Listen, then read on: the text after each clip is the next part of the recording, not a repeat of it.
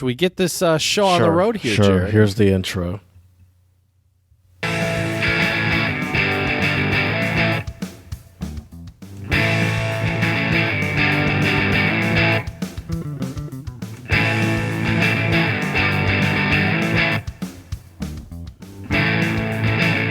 from now on, Jared, you'll have numerous dongles, so you can always have your drops. Gotta have a backup dongle. I think I just need to take this chance to reinvent my system altogether. That's another way to do it, for sure. And I think that's actually what I'm going to do. Nice. Hello and welcome to the Untranslatable Podcast. Today we are talking about some of the most common foreign languages in the different states in the U.S. We probably won't touch on each state. We do have 50 states, but we will be talking about some ones. I certainly want to discuss some that were a bit surprising that I didn't expect.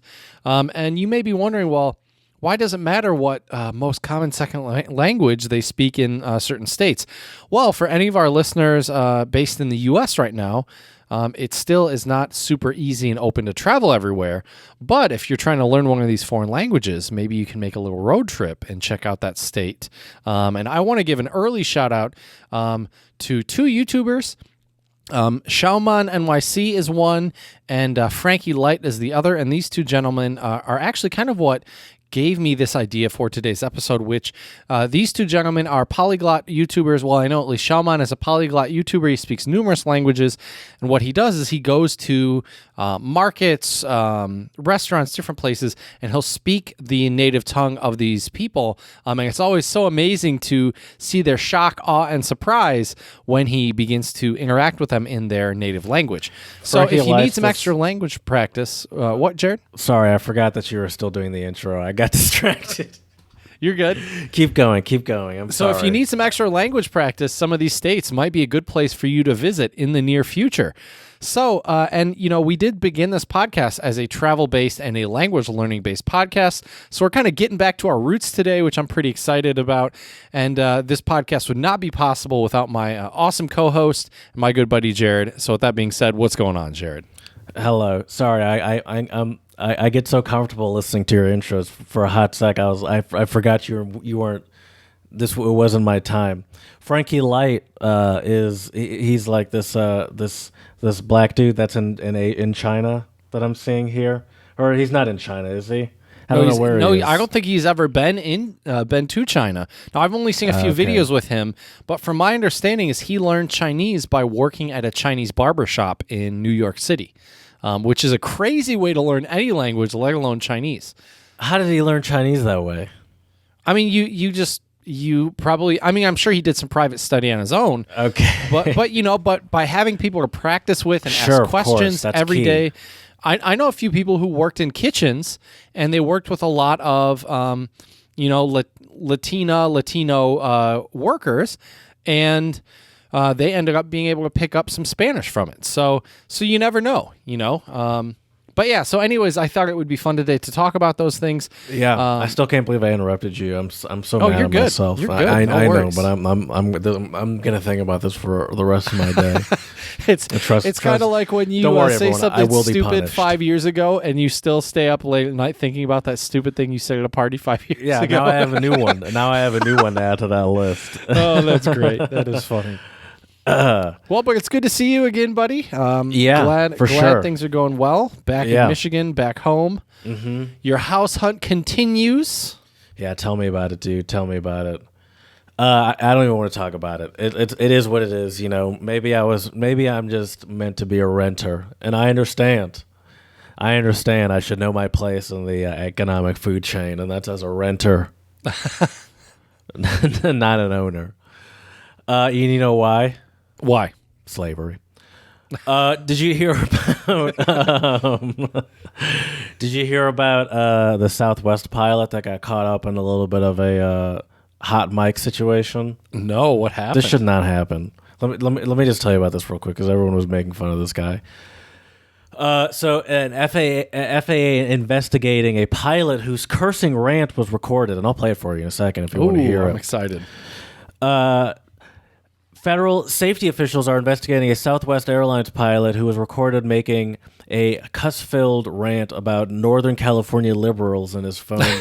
In his plane, excuse me, ready for takeoff in San Jose, California. A spokesman for the Federal Aviation Administration said Friday that the agency also reported the incident to the airline. Southwest said he was handling the matter internally. The incident, previously reported by the San Francisco Gate, happened earlier this month on Norman Y. Mineta S. At the San Jose airport and was captured by the live ATC website. All right, here. Now they just have it in quotes, but I can just play it for you. Hold on, let me pull it up once again. I should have been prepared. I understand, but my setup is confusing even to me. I'm so lost and scared. Here we go. Hey, you'll get there. All right, you're gonna have to be quiet to hear this because Zoom is weird. 21.3 is ready to go. Yeah, fuck this place. Goddamn liberal fucks. Probably like 8 guns out here somewhere. That's it. Fucking weirdos. Probably got around that fucking Hyundais with fucking lower shit. They go slow as fuck. Oh my god. And last calling on tower, that's 124.0 hot mic. If you don't have balls unless you're fucking rolling coal, man.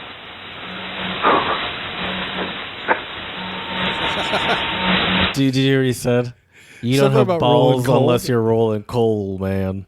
Oh, And the person before that was saying, was the tower saying you're on an open mic or a hot mic. that's hilarious. Damn it. So that wasn't heard though by passengers. That was only heard by the internal The tower, yeah. Right. That's still. I'm sure those people at the tower hear some shit. I'll bet you. I'm sure that's only the tip of the iceberg. Yeah. Oh, of course. You think? Yeah, but you just think they don't always get turned in for it.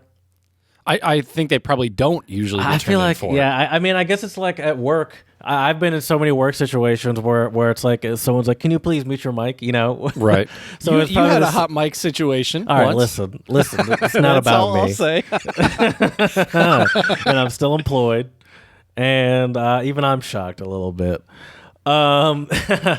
But yeah, no, that's true. Can I ask you a question? Did you hear about this cargo ship in the Suez Canal? What the hell is up with that? Yeah. Well, How did that happen?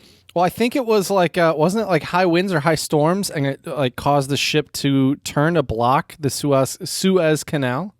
Yeah, so the Suez Canal is apparently one of the most popular canals in the world, and I believe does it cut through like part of Africa? Yeah, it cuts up through the top of Africa and through that way. So it's a much quicker, I less see. dangerous route than going under and around the lower Right. horn of Africa. So it's that's a lot easier way to get from the Indian Ocean to the Mediterranean, which then gets you to the Atlantic, Yep. rather than going Indian Ocean down under Africa around. You can Exactly. cut through the north part of and Africa. apparently around that horn of Africa is really dangerous in terms of cargo ships and trying to travel that route. You mean like pirates and stuff? Well, and there are pirates there too, but I've heard also the waters. the seas and the water. Exactly. I see. See, that's Exactly. that's my racism right there. And Going for the pirates immediately. That was my American ignorance. I was like, obviously he means pirates. Yar. This is my ship now. Okay. So I was just there was just so many jokes about that, and for some reason, like I just found it so interesting how there were so many jokes about it, and I was just for the life of me couldn't figure out one how that would happen, and obviously I never looked into it, and then two also why it would be so difficult to get it out of there because there were jokes about how there's like one bulldozer trying Just to like slowly digging. digging out this gigantic ship. And to me, it looks like you could just tie a string to the front, tie a string to the back, get a boat on each side, and sort of just pull it straight. But it seems like it's not that simple. Probably not. Well, Apparently. first of all, I'm sure some of it has to do with the weight. I think the ship is like, I saw the number somewhere. It was an absorbent amount of tons. So it was Right. super heavy. It is 200,000 metric tons. There we go. Yeah. So The Ever yeah, I'm not Given, sure. I believe is what I it's highly, called. I would imagine they've got to have some engineers down there, frantically Sure. trying to draw up some plans. But yeah, you're I hope right. this though. isn't going to slow down PS5 delivery even more. Yeah, probably will. It's crazy though too. We can't how handle much, that over here. Definitely not. Well, it's crazy how much that little clog or blockage in the Suez Canal has like damaged international trade and all that stuff. It's really crazy how interconnected we really are and how fragile a lot of the systems we have set up. And a lot of people don't realize that. Like, I've started to. There's this guy I watch on YouTube who's this Norwegian guy. And he basically just shoots these videos of him out in the woods just talking about random topics, right? And so this guy, though, he was saying how, we're so dependent on so many other people, we don't even realize it. But then when shit really will hit the fan, his concern is we're going to turn against each other. Which, Oh, for sure. yeah, but it's just crazy just to think of how much we take for granted on a daily basis. Just the fact that we're sitting here, we have running electricity, working internet. I mean, it's crazy too if you think about it. If someone were to travel into today's time from the past, how shocked they would be just at all the modern commodities that we have that we really do take for granted. Yeah, we still complain, of course, but that's what we do the best is complain. I feel like through true. generations, that's probably That's what people have done best is complain. Oh, geez, I had something I just wanted to ask you. Oh, did you, by the way, this is totally off topic, not that we're really on a topic. Did you hear about the Derek Jackson thing? Yeah, dude. I was wondering if we were going to talk about that. So I'm so glad you mentioned that because this is a hilarious thing that's been going on. And there's so many content creators out there who have talked about this. So Oh, my gosh. In a nutshell, Derek Jackson is an individual, a gentleman, a guy who panders to a certain audience, generally the ladies. And basically he says, he says all these things at the expense of a lot of men. Like, I think he had a t-shirt at some point that said black men don't cheat or something like that. Mm-hmm. And he also had a video talking about how if a guy cheats on you, it's not like it just happened. It's very Well, premeditated. people call him a simp, too. The manosphere, your group of people. Why are you calling him my group of people? Where you like to hang out on social media, they call him a simp because he said they claim he's on the women's side. Apparently, I wouldn't call him a simp. I don't think a simp is the right term. And simp has become this de facto term for basically just anybody who a wimp, right? Kind of. beta. Yeah, you're right. You're right. I mean, back in the day, the term we Soy would use boy. would be different, for sure. what would you use? Pussy. You'd call him a pussy. Oh, okay. Back in the day. For some reason, I thought you had some horrible. I guess pussy's bad. You can't say that anymore. I guess. No, I mean, not in that way. I don't. Sure, think. sure. Right, but yeah. So it's so funny though because apparently he cheated on his wife. Then his wife and him posted a video on social media. Then his wife posted another video on YouTube, wherein she looked like she was like a soldier, like she had like camo on and like a beret. And there were all sorts of content creators. What's your take on it all, Jared? I just found it ridiculous. I had no idea who this guy was until you know how I actually heard about it is I saw a parody of it. And I thought that was real at first. Actually, do you want me to play it for you? I bet you can find it quickly. Play the parody for us. It was a parody where it was a woman sitting with her husband, and here I'll send you the link, but then I'll play it just so you can see what they look like.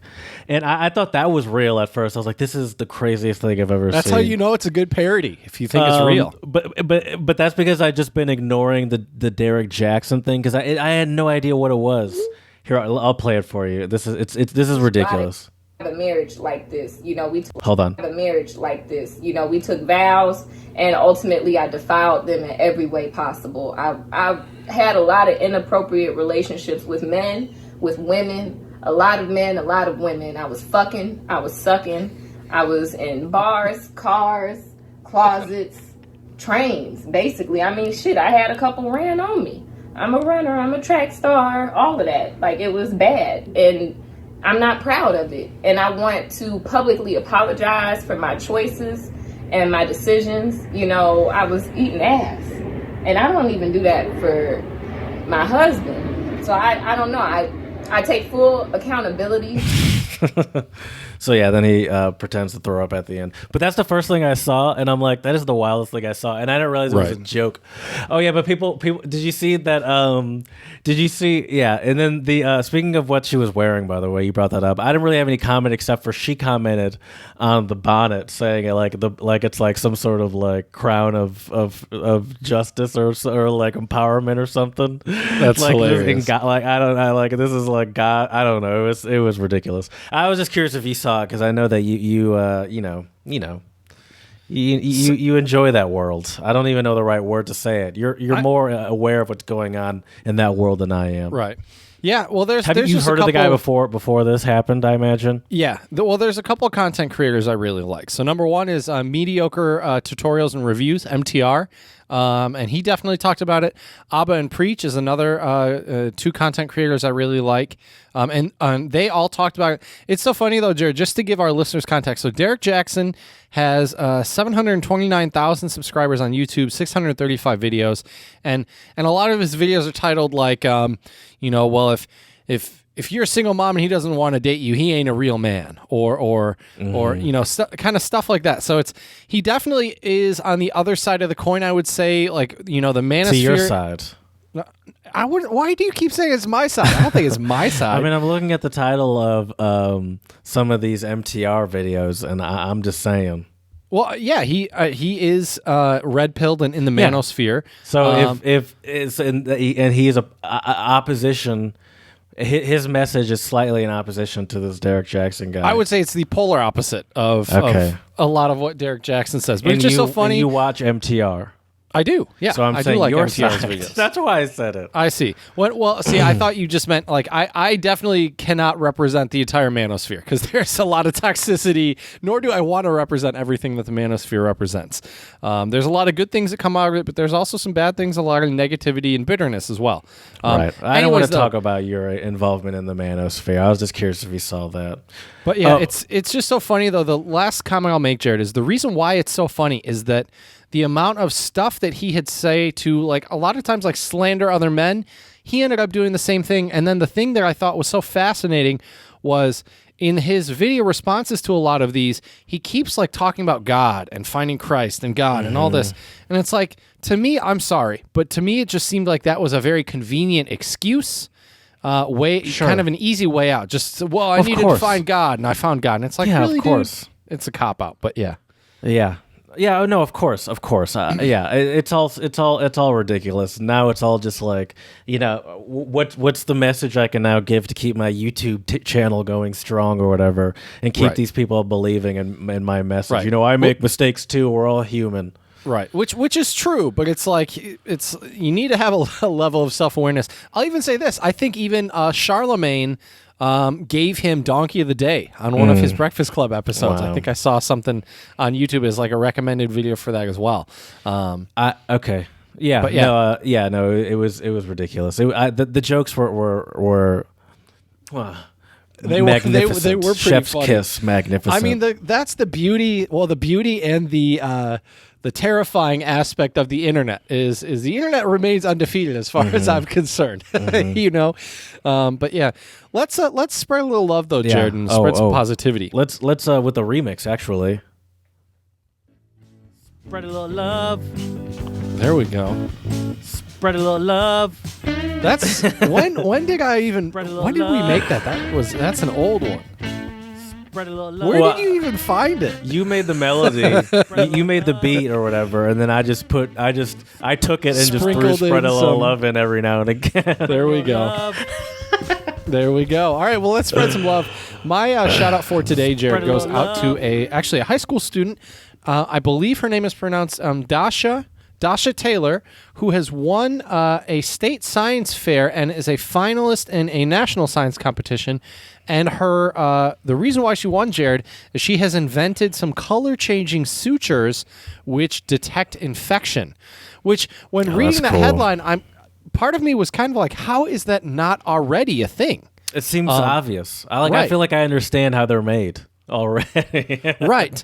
But it's so amazing. So 17-year-old Dasha Taylor was named one of 40 finalists in the Regeneron Science Talent Search, the country's oldest and most prestigious science and math competition for high school students.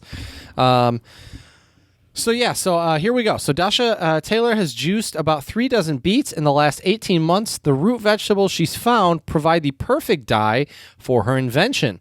Suture thread that changes color from bright red to dark purple when a surgical wound becomes infected. The 17-year-old student at Iowa City West High School in Iowa City, Iowa, began working on the project in October 2019 after her chemistry teacher shared information about a statewide science fair with the class. As she developed her sutures, she nabbed awards at several regional science fairs before advancing to the national stage. See, here's the thing, Jared. I think there are so many people out there who want to start a business, who want to make a positive change in the world. And a lot of times it can be something so simple, so obvious that most people don't even think about it. Like the fact that you and I both thought it's like, oh, well, how are colored sutures not already a thing? Like it's something so obvious that you wouldn't even think about it. But these are the people, I think, who will be making groundbreaking discoveries, inventions, decisions. And I think it's amazing. So anyway, she's shout probably out. got a whole bunch of other ideas in her brain that is also like, well, oh yeah, why don't we do this? It's like, oh yeah, why don't we do this? Right, exactly. But yeah, so I think this is amazing. So shout out to you, Dasha. Yeah. Oh, yeah. Hold on. Yeah. Spread a little love. It's a little more delayed, but it gets the point across. I have a shout out too, by the way. Go for it. And mine is to Virginia, the state of Virginia, and the governor. They signed a historic bill abolishing the death penalty.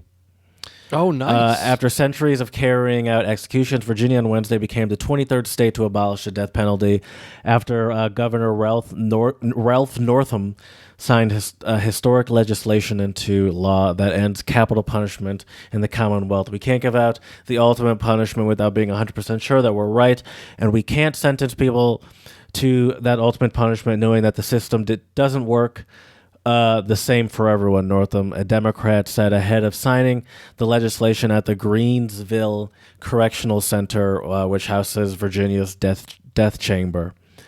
With Northam's signature, Virginia became the first southern state to repeal the death penalty since the U.S. Supreme Court reinstated the punishment in 1976. The new law set to go into effect in July comes as a mate. What if no one has a death penalty? Like no one's scheduled for death between now and July, right? That would be wild. That would suck. Talk about getting a serious bad hand of cards.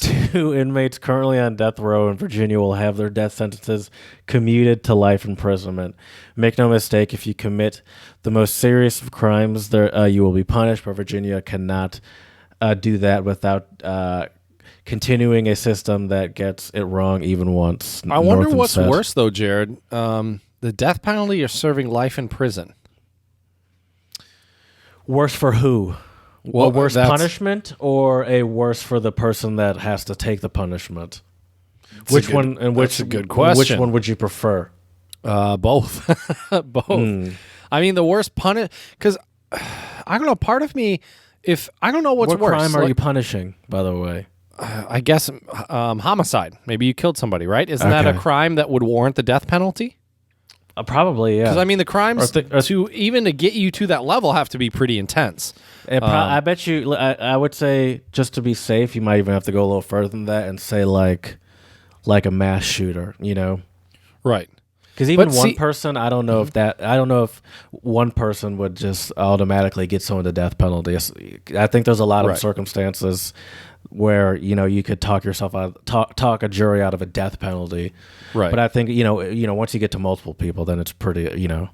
Now, granted, we aren't lawyers and we have no idea what what some of these laws are. But Jared, I don't know.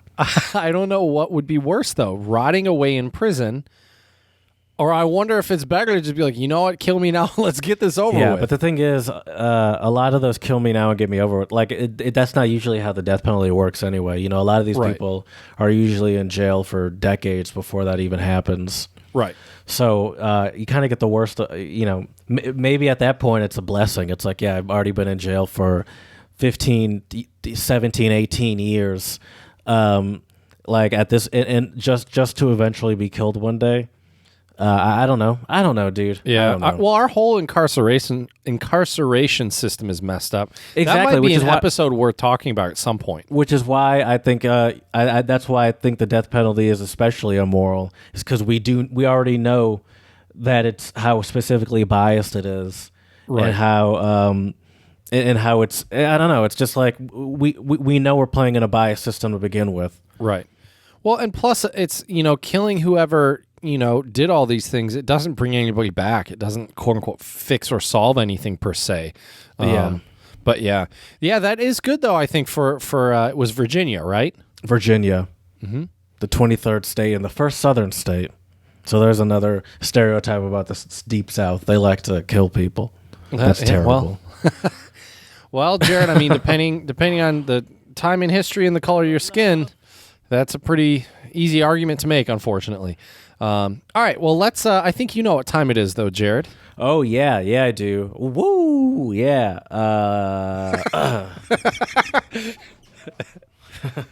It's a different system, people. Come on. There we go. We're I'm still adjusting. learning. Don't worry, we're adjusting. But yes, that is the untranslatable owl, which means it is time for some untranslatable phrases. I will get us started today, Jared, with some Arabic phrases. Because Arabic is a little teaser for our later segment, but Arabic is the most commonly spoken second language or foreign language in Michigan. So I'll get us started. Wanted to represent our home state. And the first one I will give you, Jared, is Al-Harka Baraka, which means movement is a blessing. What do you think this means, Jared? It's good. We're lucky to be alive. I don't know. Movement is a not blessing. Quite. I mean, yes and no. We are lucky to be alive, but count every blessing. Don't take the small stuff for granted. Nope. You might tell me, Jared. You might say, I had a long road trip. I have a lot of work to do. I have to edit these podcasts, and then I tell you, well, Jared, movement is a blessing. If you said that to me after I said all that, I'd probably be like, well, that's yeah. You're lucky to be alive. Nope. I don't know. Nope. It has nothing to do Work with is lucky good. to be alive. Work is good. You have a lot of work to do. So get to it. There you go. Ugh, exactly. Geez. Yeah, you're right. Yeah. If you said that to me, I'd be like, all right. It just means you need to act in order to get things done. I see. All right, I'm going to give you an Afrikaans one. Hoining de mond smeer. Rub honey around somebody's mouth. Rub honey around somebody's mouth? Yeah. Is that to sweet talk somebody? Oh, I wish I had a ham horn. Yes, it is. Okay. It is I'll try to do my best makeshift ham horn. To butter someone up. That's an even better way to do it. Yeah. Or Butter I someone guess up. maybe you could also say a popular untranslatable here in the U.S. to brown nose. Yep. Or if we want to use the honey, you could say to honey them up. Make them sweet like honey. I don't know. I have no idea. Yeah, but I don't think. Yeah, that doesn't quite work. It doesn't quite work. Anyways. But I like where your head's at. We Right? can make our own translatables. It's our own we have. translatables. Exactly. We legit have. Exactly. All right, Jared. This one here is also Arabic. Allah aini wa rasi, which means on my head and my eyes. It's like right in front of your face. It's like it's obvious. Not quite. Not quite. For example, you say, "Hey, Chad, could you would you mind coming over and helping me out with something?" I say, "Sure, Jared, on my head and on my eyes." Then you say, "Hey, Chad, I need some help translating this German document for work." I say, "No problem, Jared, on my head and my eyes." You say, "Hey, Chad, what was that bottle of wine you had that we had that one time? Would you mind bringing it over?" Sure, Jared, on my head and my eyes. It's like I'll remember to do it. Essentially, it's on the top of my mind. Basically, or I'll get right to it. Yeah, or just simply like at least according to this website here, the meaning is I would love to do anything that you ask. So basically, like my pleasure to help you. Okay. Okay. I love how you keep putting yourself in these situations. I don't mean to laugh like this. It's just, it is kind of funny. Hey, it's easier for me to be the scapegoat, Jared, than use some other rando. So That's true. My second Flemish of the week, and first Flemish of today, but I have another Flemish one. It's a Metjen Nois in. Oh, dude, that's crazy. Me. Is that the name of this? Me and my And my parents were talking about this one restaurant that we used to like to go to in Germany, and for the life of me, we cannot remember the name of the city. And the name of the city was Neuss, and I just remembered it because of this hilarious. Flemish word. That's awesome.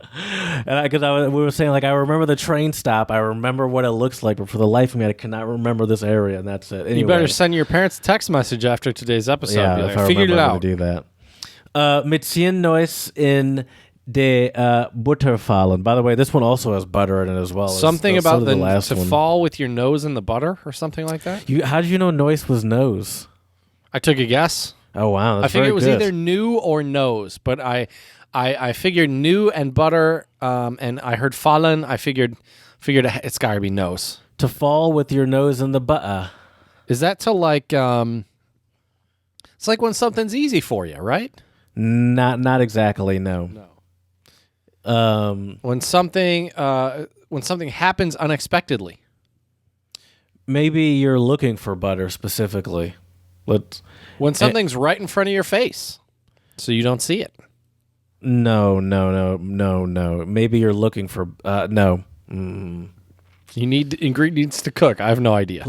Give me a clue. To be in the right place at the right time. Oh, okay. That makes sense. Makes sense. Okay, I like that one. That's a good one. All right, let me give you one more Arabic one. I'll give you a German one to end it today. All right. This is a good one here.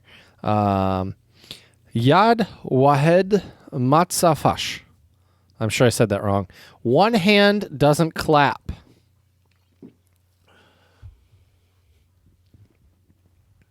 You're pretending to be interested? No. For example, Jared, with our podcast, one hand doesn't clap.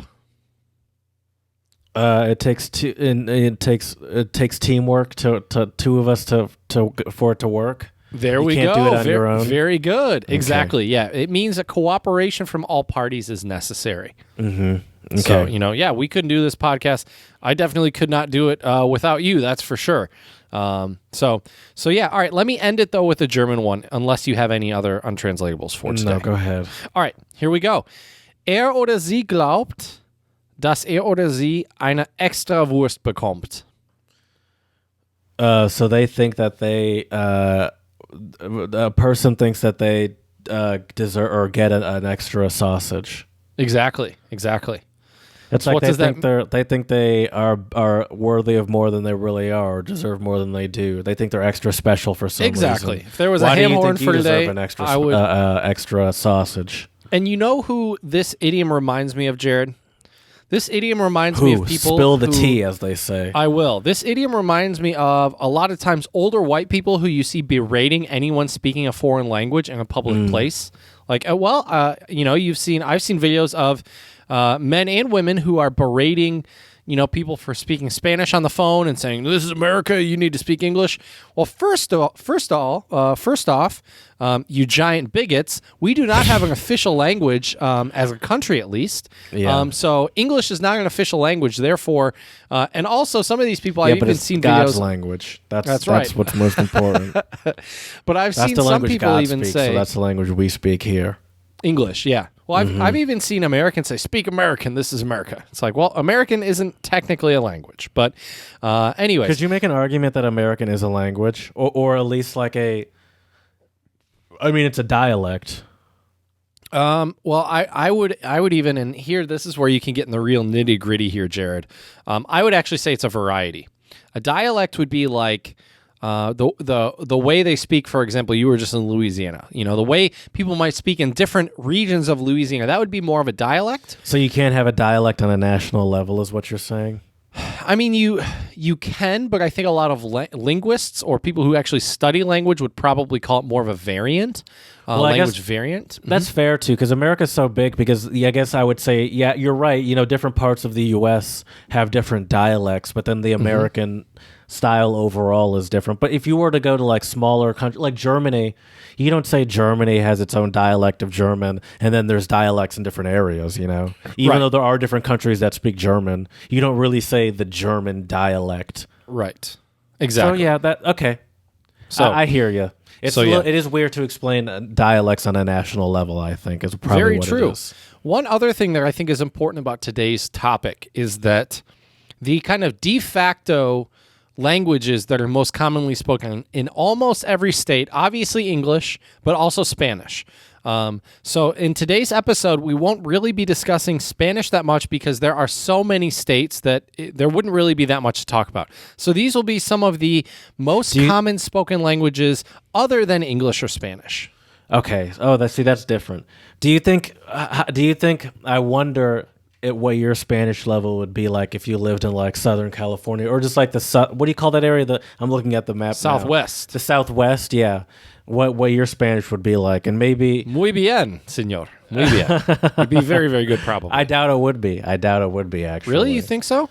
I think it's easy to think it would be because you speak German and all now, but I don't know. I think it would be. It would be good. Once again, if I was interested in learning Spanish like I was learning German, but that's then what I'm saying. I don't think you would be, even though you're surrounded by it. Yeah. I think it's just easy not to be, Right. But that is the beauty of living in the U.S. is that if you do want to learn some of these languages, there are places you can go and learn them. You don't necessarily have to just up and move to a different country. And right now, because of the pandemic, that is also really difficult. So you have a list in front of you? I have a bunch of, Well, okay. What I thought would be kind of fun, Jared, is you are our geography, you're kind of our default geography expert. 6th grade, I got straight A's in geography, and now I'm just carrying that on for the rest of my life. That's right. You're carrying the torch that for is us, one of Jared. my probably academic highlights was 6th grade geography. There we go. So I should have looked for to, that report card when my mom you should have. put that stack down I'm in front disappointed of me. that I didn't you even didn't. think about that. All right. That's so a I'm going to shining moment. name a state, and I want you to tell me what you think is the most commonly spoken language other than English or Spanish.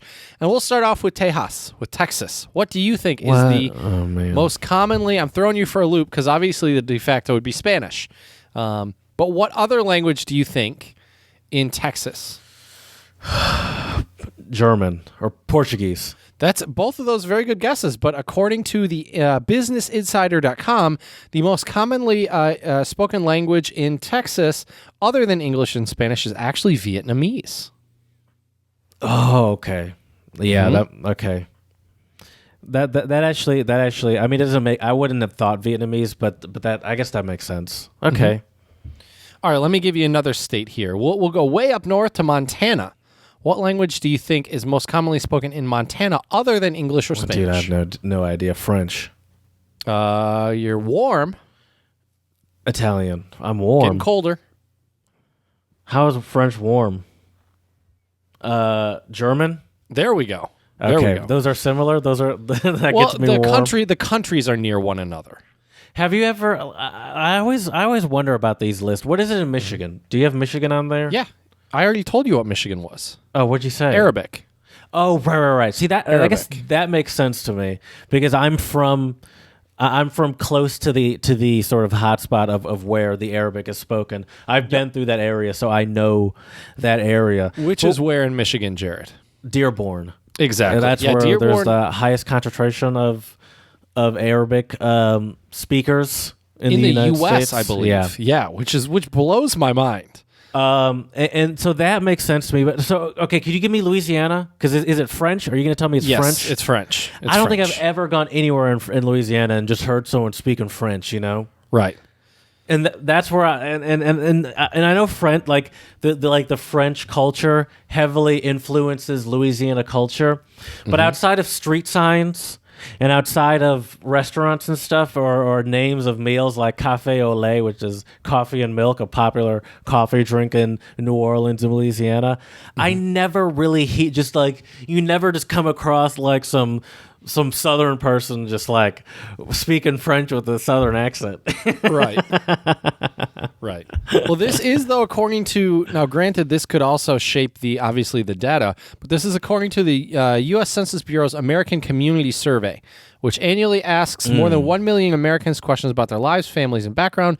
One question asks the respondents what language they mainly speak in their homes.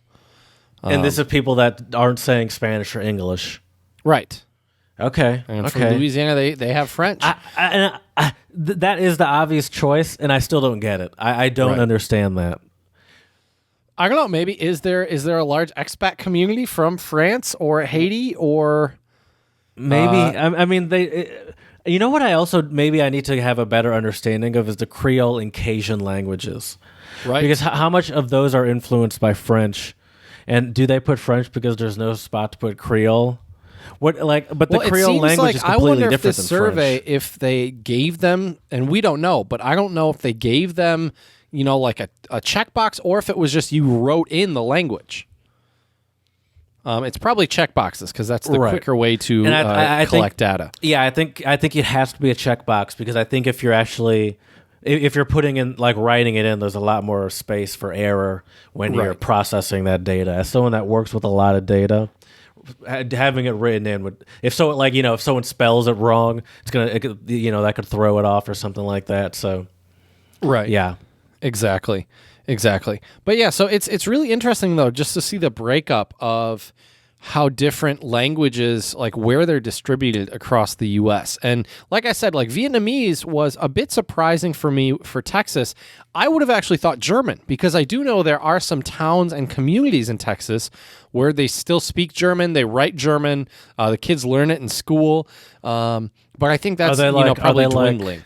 Are they like remnants of probably like Frankenmuth? Would be my guess. Oh, okay. I was gonna say remnants of like World War II families escaping Germany, maybe like Nazi families that escaped Germany to Texas or something. Well, I think those tended to go in South down America. to South America. Yeah, at least that's what where you they go to, say. like Argentina, and you can find some like legit old school Nazi communities. Isn't that true? If in certain areas in South America, yeah, where it actually looks like you're in a German town. Well, I know at least in Chile, they have a couple places like that. In Brazil, they have a couple places like that. In Brazil, they also have, I think it's in the very south of Brazil, they call them the Confederados. And these are people who left after the Civil War, after the Confederates lost. They left, moved to Brazil to try to continue their southern way of life. And so it's really weird, just the Oh, that's so. I'm sorry. I'm looking at pictures now, and it's just messed so up, weird. isn't it? It's messed up because it's even hilly too. Obviously, because you're in South America, so you get like those little like charming mountain town vibes. Right. Oh man! All right, Jared, that is not a place I would want to go on vacation. No kidding. I would love to visit Brazil, but yeah, I'm not going to put that place on my list. Go there, but I feel like I would I could not probably be get away with it. Sure. I just have to trim my mustache in a particular way, and I'd be good to go. They would be like, "What is that guy doing there?" If they saw me, he does not. I'd be like, "Hey, here. we do a podcast." And then I just wanted some spätzle. All right. All right, Jared. I think instead of me asking you now individual states, let me toss out some languages, and I want to see if you can just rattle off a couple instead. So we'll kind of flip it. So Jared, when you think of states where where the highest, most commonly spoken language would be Chinese, which states would come to your mind? California. Nope. New York. Yep. Okay. There's more. Yep. I would Just say give me a couple more. Maybe now I'm looking at your map. So I have it back here, Jared, to help you out. We haven't said Texas yet, have we? We did. Texas was Vietnamese, remember? Vietnamese, right. Okay. Washington. Very good. Yeah, Washington State. Yes. Chinese is the most commonly spoken language other than English and Spanish. Okay. Then one of these is in the West. I'll give you a little clue. Or I guess more central West than Washington State. Nevada? A little bit further north. Idaho. Wyoming. There you go. Wyoming. I was really surprised by this. I'm just that in following Wyoming, the map. Right, exactly. But yeah, so the western states where Chinese is the most commonly taught or spoken, language is Washington and Wyoming, which I found really interesting. I guessed Wyoming because there is a lot of industry in Wyoming. Or excuse me, Washington. I picked Washington because there's a lot of like big companies, big tech companies in Washington. In New York, I think it makes sense because it's I just picked obviously New York a huge because trade hub. Everyone's in New York, Right. so that seemed like an easy guess. Now, there's another state right near New York, though, Jared, that might surprise you with their with Chinese. Any ideas? Maryland. Any guesses? Good guess, but no, Pennsylvania, believe it or not. In Okay. Pennsylvania, they have the... I figured with Pennsylvania, that one would be German. I thought that one, I felt really confident that one, the third language, would be German, and it's not. Oh, just because of those Amish people saying "gut" out in the middle of nowhere. Exactly. That we talked about that one time, like a couple of years ago. I went to I was in walking distance. Maybe like a 30-minute walk, but of a very bustling Chinatown in Philadelphia with great restaurants there. So I was pretty close, and it was a pretty big area, the Chinatown. So honestly, just with concentration of people, there's probably it's probably pretty close in the amount of Amish people in all these middle of nowhere towns versus the amount of Chinese people in Philadelphia and probably like Pittsburgh. Yeah, you're probably right about that. That's true. That's true. Okay, I got a couple more Chinese states for you. And I'll just tell them to you because there's only a couple of them. This one surprised me as well. North Carolina. Okay. And then also Missouri. Yeah, okay. I don't know much about what's going on in a lot of these states, though, to be fair. Right. Because I'm trying to guess what would attract a certain... What attracted the large Middle Eastern population to Dearborn? Do you know what that is? I don't know. I'm sure. I think it was some sort of exodus from. Well, there was probably some type of. Because we also in Michigan have a large Chaldean population, which is like a Christian and like Catholic people from like Iraq and I believe Iran as well, if I'm not mistaken. And I think historically they were sort of pushed out of their countries for being Christian. And I do know that there's a large population of Chaldean people around here in Metro Detroit. Right. I think what it might have been, Jared, was just that maybe some families came here, emigrated from wherever in the Middle East. And it's word of mouth. That's the spot, and it just grew and grew. Yep. Which is interesting, though, Jared, because Dearborn has more... Arab residents, Arabic-speaking residents. Arab? I have no idea. Probably not. Okay, I would say Arab, but that's just me. Anyways, more Arab. Yeah, definitely not Arab. That sounds. Yeah, hearing that back, that sounds not good. Anyways, the biggest Arab population, and then in number 2 and number 3 are actually San Francisco, and where was the other one? I feel New like York, San Francisco. California as a whole is tough, but I feel like San Francisco area would have more of a large, Chinese population maybe, as well. But that's interesting. I didn't know that. Okay. Now here's another thing, and I don't know if this is true or not, but there's a legend that apparently Henry Ford met a Yemeni sailor at port and told him about auto factory jobs that paid $5 a day, which back then was crazy money. Right. The sailor spread the word, sending to chain migration from Yemen and other parts of the Middle East. So that's part of what got a lot of Arabic people into Michigan area. The Michigan area is what you're saying. Makes sense. I think Henry Ford played a role in that, tempting people with jobs. Well, I would argue that if you see any huge, massive migrations of people, a lot of times it's because of jobs. It's because of jobs and life opportunities. Sure, of course. So, but the cool thing though too about a lot of these different states that have these big populations is you can get a taste of their home culture. There are so many really good different Middle Eastern restaurants in and around Dearborn, for example. Yeah, and it's cool too because when you go into areas of Dearborn, you can tell that you're in like that community because like the majority of stores like the titles are written in Arabic, and it's cool to see. You know, I like seeing that. I get flashbacks whenever I see Chinese restaurants that actually have traditional Chinese character. Well, actually, they wouldn't be traditional; they would be simplified. But whenever I see a restaurant with Chinese characters out front, I get flashbacks of my time in China, and I definitely miss it. Do you know this off the top of your head? And if so, I wonder if you could get me the answer. Michigan, the second language in Michigan is Arabic, not Spanish. I don't know that actually. I'm curious. Are there any states in the U.S. where it's not Spanish? Like I'm sure the vast majority of the second language is Spanish, but I just wonder if that's every state in the United States. That's a good question, and to be honest with you, I don't know that answer. It's hard to say. It's hard to say.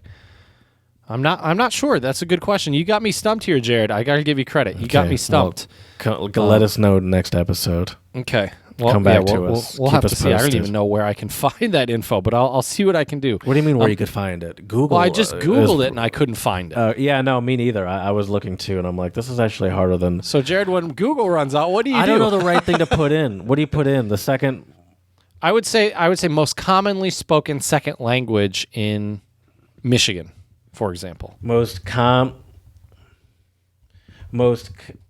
commonly spoken second languages in U.S. states. That's what I'm going to put in because we're not just looking at Michigan. That's not really going to help us. But it'll probably come up the same thing as a lot of these other ones where they exclude Spanish, would be my bet.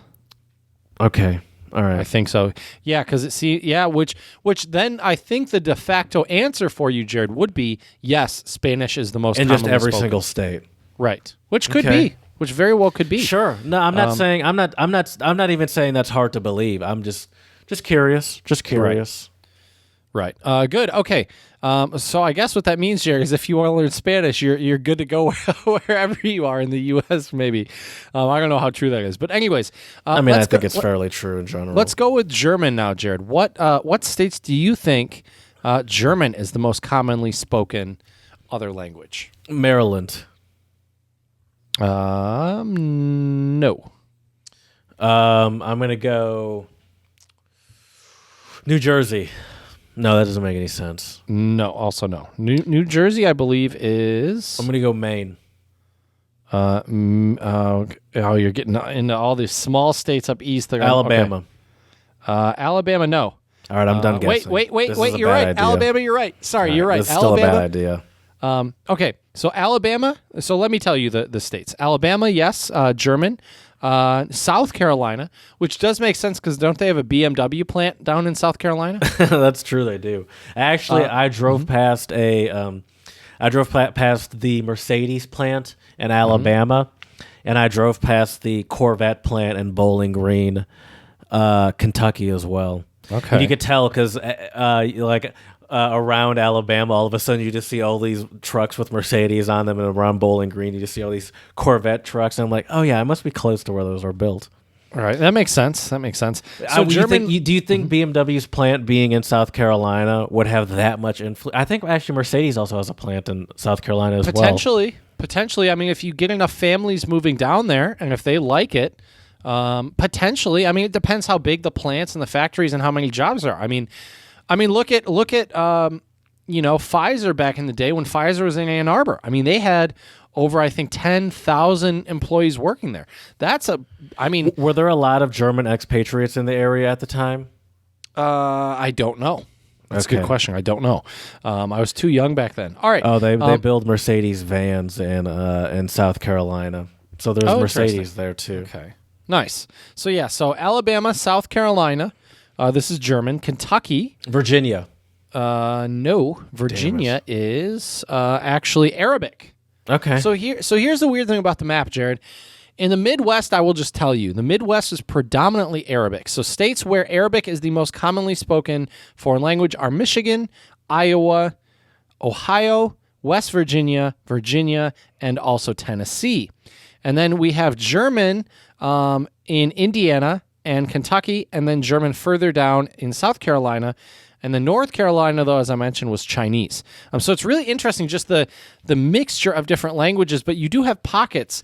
Like I will tell you, there's a pocket from Nebraska all the way down to Texas.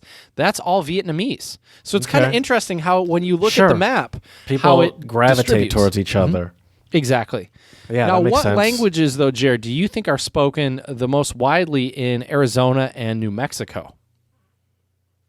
This might be one you might not expect.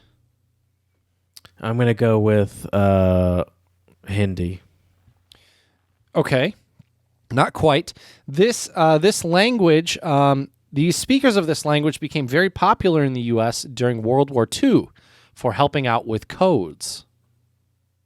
Helping out with codes. And helping use their language to... Maybe you don't know. Okay. Navajo. Okay. It's a Native American language. Okay.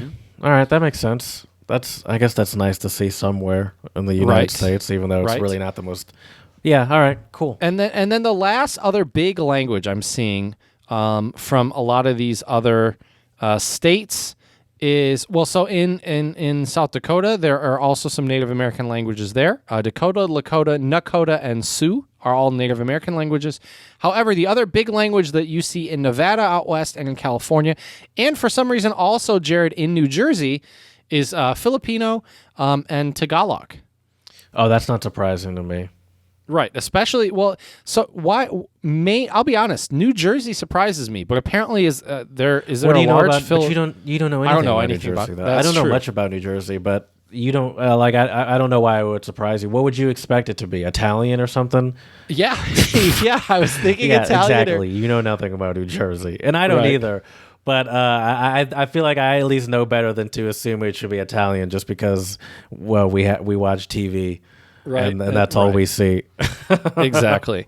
But yeah, it's really interesting, though, to just see all these different languages. In case you're curious, Jared, Colorado is German, which surprised me. I thought, I don't know, I thought they maybe like the outdoors. That the Germans do love the outdoors, and I think so do we like a residents good of place where we Colorado. can go for a hike. Right. It makes perfect sense. I get So it. here's the other interesting thing, though. So geographically speaking, Jared, I'm looking at this map. Obviously, Louisiana is kind of down by itself as a French-speaking state, which Once I think again, we I've both are never still a run into little someone skeptical. like, do you speak French? That's never happened to me in Louisiana. Right.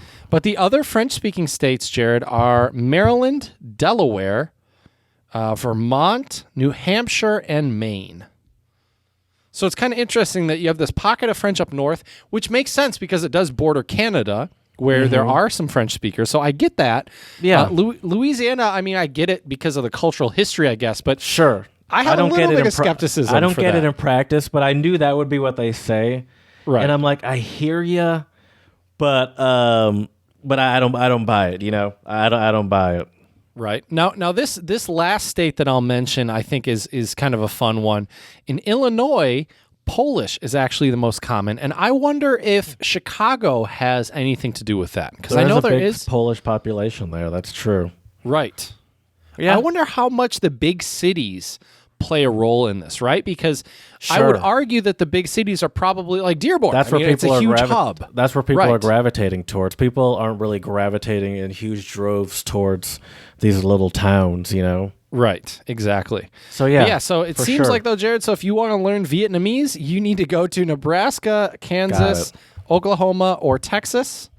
If you want to learn German, you can go to Montana, North Dakota, Colorado, Indiana, and Kentucky. If you want to learn French, obviously Louisiana, Jared, as you said, but also Bonjour. those states up in the north, so Vermont, Maine, and it looks like Chinese, you got to go either way out west to Washington or go to New York or Pennsylvania. Washington seems nice.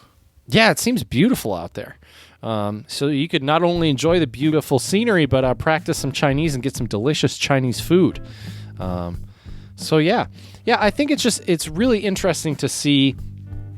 I don't know. I guess maybe me just being biased. I thought I thought there would be actually less languages on the list.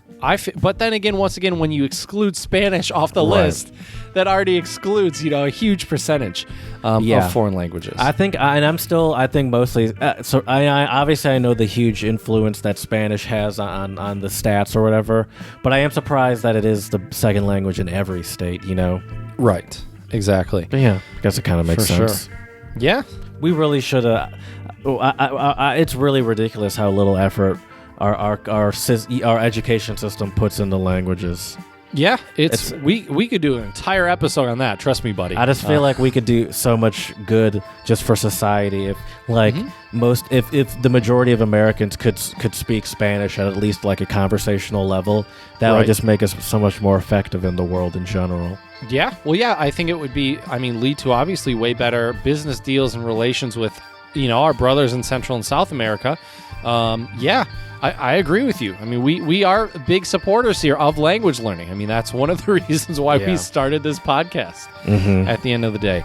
But I just think it's good to know which states, have these types of populations in case, as we said, in case you want to learn the language, in case you're curious about the culture, it might be easier to find someone who you could talk to or interact with. So keep that in mind. And obviously, if you're hungry, you might be able to get some really authentic food from, some of those different cultures. Because I have heard actually that there's some really good Polish food in Polish restaurants, at least in Chicago. I know a few people at the university where I work that teach Polish, and they've actually spoken very, very highly about that. So if you're looking for some authentic food, maybe that's another good reason as well. All right. Well, Jared, I think we've covered everything today that I wanted to talk about regarding most commonly spoken second or foreign languages in different states. But let us know what your thoughts are at untranslatablepodcast@gmail.com. If there's any other foreign languages we left out, or if you have any tips on ways to interact with some people in some of these states so you can continue to learn more about the language and culture. So let us know. Also, you can check us out on Instagram, Untranslatable Podcast there. Check us out on Twitter. You can slide into our DMs, Untranslatable1, the number 1. And please, 5-star reviews on iTunes and Stitcher. Let us know how we can make this podcast better for you. So as we say here at the Untranslatable Podcast, dziękujemy, muchas gracias, shishi, and dos vidania.